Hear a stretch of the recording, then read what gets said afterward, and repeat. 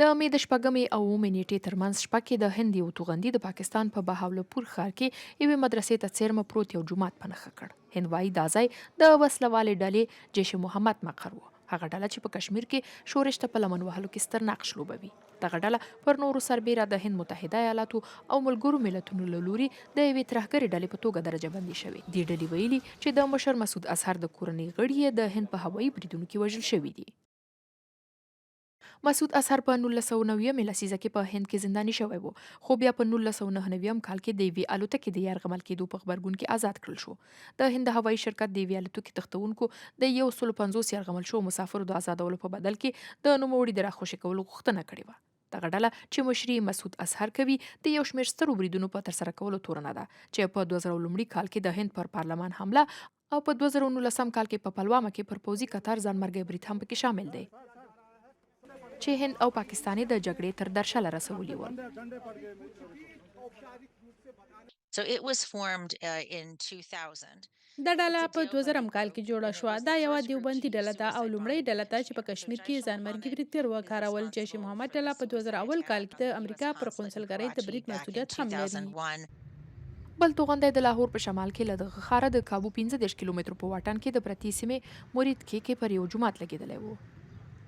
نوی ډیلی وایي دغه هدف شوې ساحه د لشکر طیبه ډلې مقر ته څیرمه وه، یوه بله پاکستان میشته وسله واله ډله. دا ډله هم د ملګرو ملتونو، هند، امریکا متحده ایالاتو او یو شمېر نورو هیوادونو له لوري د ترهګریز سازمان په توګه درجه بندي شوې ده. پاکستان په 2014 کې لشکر طیبه منع کړه، خو د ریپورټونو پر اساس یې بنسټ ایښودونکی حافظ سعید اوس هم په دغه هیواد کې ژوند کوي. لشکر طیبه په 1980 لسیزه کې جوړه شوې وه او تور پرې لګول کیږي چې په هند کې د سترو بریدونو طرحه کوونکې ده، چې د 2008 میلادي کال د ممبئی برید هم پکې شامل دی. دغه برید کې تر 160 ډیر کسان وژل شوي وو. یو شمېر جنګیالي په کښتیو کې ممبئی ته رسیدلي وو او د یوه هوټل په ګډون یې د ښار مهم ځایونه په نښه کړي وو.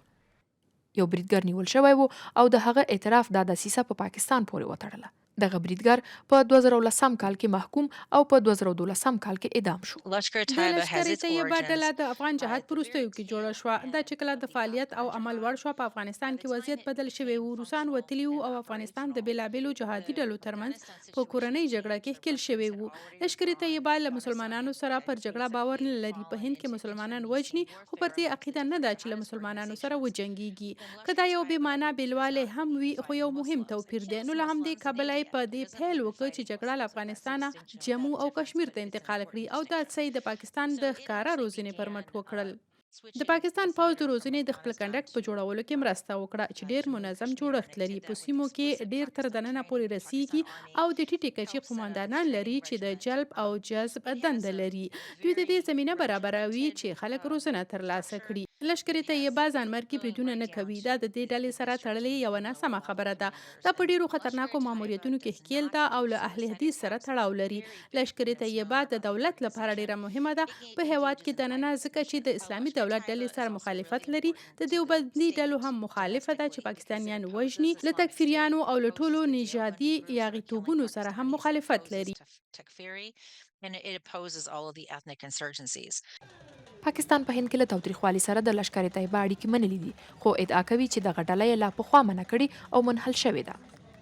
But when after the attacks in 2008, November خو کله چې د 2008, the 2008 United کال په States نومبر کې د ممبئی تر بریدونو وروسته د مثال په توګه متحده ایالاتو غبرګون وښود، نو تر هغې تر 2008 کاله پورې پر لشکر طیبه بندیز نه و لګېدلی او یوازینی علت چې متحده ایالاتو پر دغه ډله بندیز ولګاوه دا و چې امریکایي اتباع او همداراز اسرائیلیان وژل شوي وو. خو زه چې څه غواړم ووایم دا دی چې له دې نومولو څخه ډېر لږ څه په لاس راغلي، یعنې هیڅ تلپاتې پایلې نه دي لرلي. نو دا یو کابوکي تیاتر دی. هو، اروپایي ټولنه، متحده ایالات، هو ملګرو ملتونو دا ډلې د منع شوو ډلو په توګه پیژندلې. دوی ځینې ځانګړي افراد هم د ترهګرو په توګه پیژندلي، خو په اصل کې د دې نومولو په نتیجه کې ډېرې لږې جزاوې عملي شوي that دي. are actually incurred as a result of these designations. هند له لشکر طیبه سره پر تړاو لرونکي یوه ډله باندې د پهلګام د برید تور لګوي چې 26 ملکیان پکې ووژل شول. نوي ډیلي اسلام آباد د دې برید په ملاتړ تورنوي. پاکستان دا تورونه رد کړي او د نړیوالو خپلواکو پلټنو غږ یې کړی دی. It tells the world that it doesn't ښه نو اوس پاکستان نړۍ ته وایي چې ترهګري نه تمویلوي او نړۍ ته وایي چې د هغه ډلو پر وړاندې ګامونه پورته کوي چې له خاورې فعالیت کوي. نړۍ ته وایي چې پاکستاني یا دغه ډلې به یې له خاورې په هند او افغانستان کې عملیات نه کوي.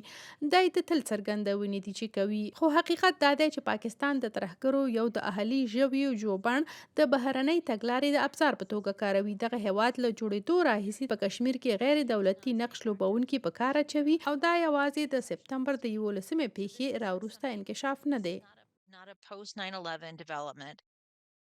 پاکستان بیا پر هند په دغه هیواد کې د ننه د بیلتون غوښتونکو غورځنګونو د ملاتړ تور لګوي په ځانګړي توګه په بلوچستان کې.